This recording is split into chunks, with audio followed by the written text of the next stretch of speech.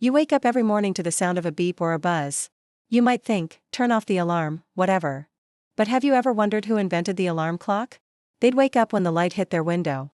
But that didn't work on cloudy days. So people needed another way to tell time. These clocks had a container that slowly filled with water. When the water reached a certain level, it would overflow and make a sound. Some water clocks even had a bell that rang when the water filled a chamber. This is pretty similar to how an alarm clock makes a sound when the water reaches a certain level. Did they know how useful their invention would be? Well, let's find out. In the 20th century, we saw different types of alarm clocks such as wind-up models, electric ones, and digital clocks. We still need help getting out of bed. It's hard to wake up without an alarm.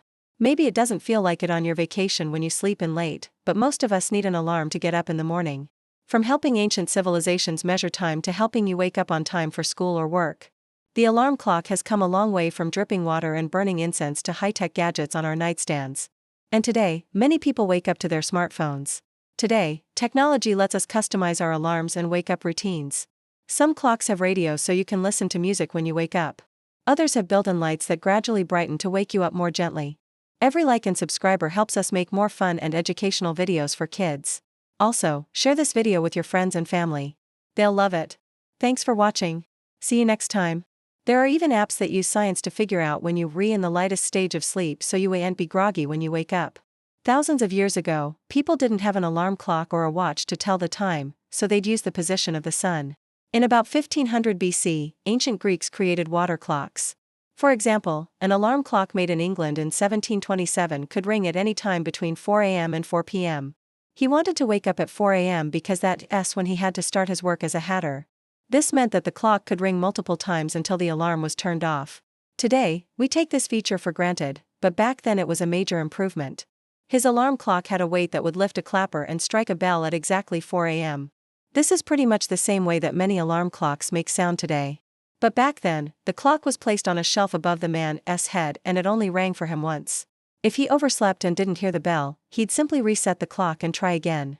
Then around the same time in ancient China, people used incense clocks. They lit one end of a stick and when it burned down, it would hit a metal plate and make a sound. This is also similar to some alarm clocks that use a mechanical bell. Fast forward to the 15th century. Mechanical clocks appeared in Europe and by the 18th century, some of these clocks had alarm functions. The first personal alarm clock was invented by Levi Hutchins in New Hampshire in 1787. Later, inventors made adjustable alarm clocks. For example, in 1849, an English inventor named Charles Frodsham created an alarm clock with a repeating mechanism. Throughout the 19th century, alarm clocks became more common in homes. But no matter what type of alarm clock you use, there's one thing that hasn't changed.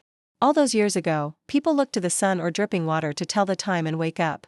So next time you wake up to your phone or another alarm clock, take a moment to appreciate its long journey. If you enjoyed this story, don't forget to hit the like button and subscribe to our channel.